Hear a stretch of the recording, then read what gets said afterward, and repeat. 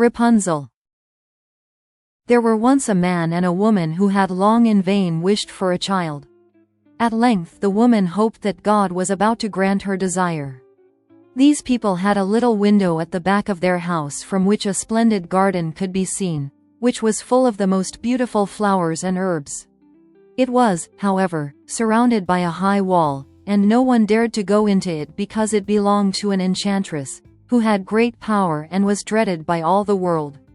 One day the woman was standing by this window and looking down into the garden, when she saw a bed which was planted with the most beautiful rampion, Rapunzel, and it looked so fresh and green that she longed for it. She quite pined away, and began to look pale and miserable. Then her husband was alarmed, and asked, "What ails you, dear wife?" "Ah," she replied, "if I can't eat some of the rampion, which is in the garden behind our house, I shall die." The man, who loved her, thought, "Sooner than let your wife die, bring her some of the rampion yourself, let it cost what it will." At twilight, he clambered down over the wall into the garden of the enchantress, hastily clutched a handful of rampion, and took it to his wife. She at once made herself a salad of it, and ate it greedily. It tasted so good to her, so very good, that the next day she longed for it 3 times as much as before. If he was to have any rest, her husband must once more descend into the garden. In the gloom of evening, therefore, he let himself down again, but when he had clambered down the wall he was terribly afraid, for he saw the enchantress standing before him. "How can you dare," said she with angry look, "descend into my garden and steal my rampion like a thief? You shall suffer for it." "Ah," answered he, "let mercy take the place of justice.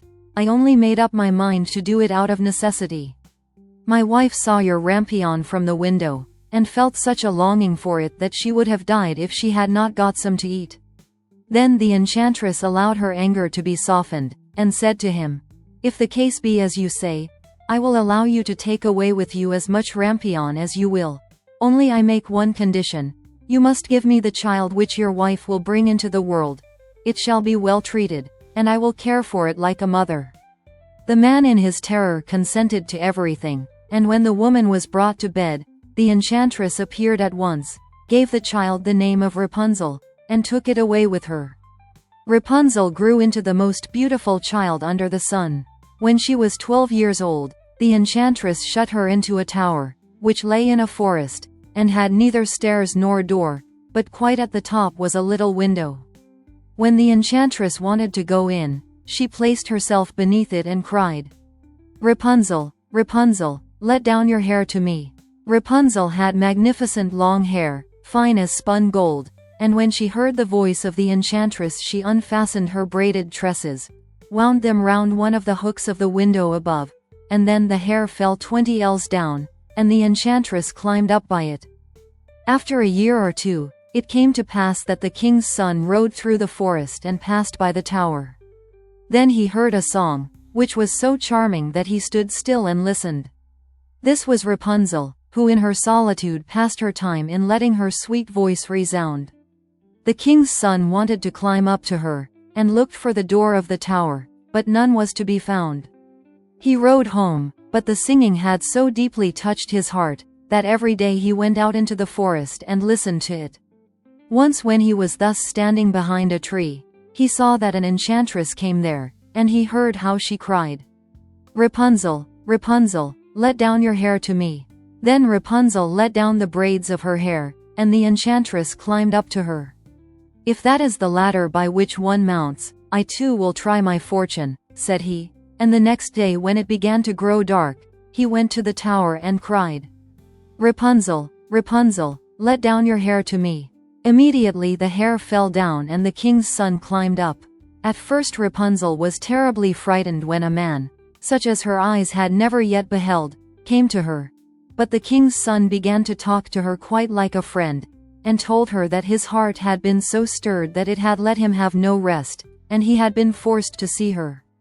Then Rapunzel lost her fear, and when he asked her if she would take him for her husband, and she saw that he was young and handsome, she thought, "He will love me more than old Dame Gothel does," and she said yes, and laid her hand in his. She said, I will willingly go away with you, but I do not know how to get down. Bring with you a skein of silk every time that you come, and I will weave a ladder with it, and when that is ready I will descend, and you will take me on your horse." They agreed that until that time he should come to her every evening, for the old woman came by day.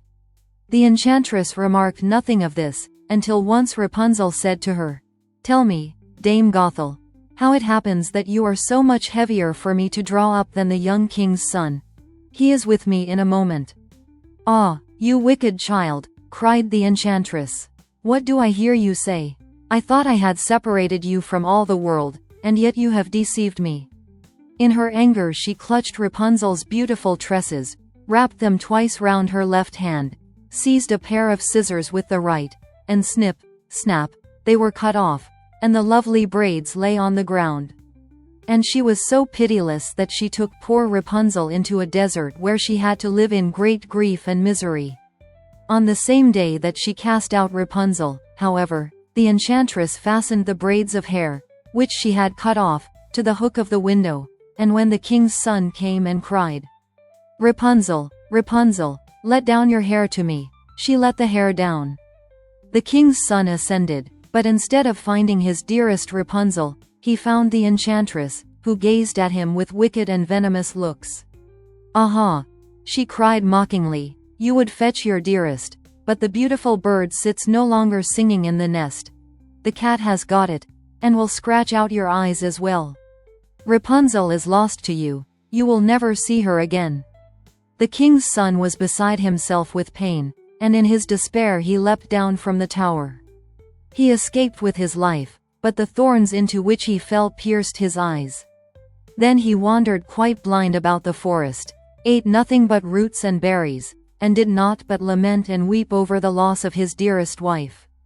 Thus he roamed about in misery for some years, and at length came to the desert where Rapunzel, with the twins to which she had given birth, a boy and a girl, lived in wretchedness.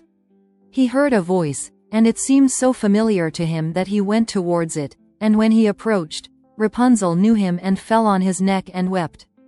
2 of her tears wetted his eyes and they grew clear again, and he could see with them as before. He led her to his kingdom where he was joyfully received, and they lived for a long time afterwards, happy and contented.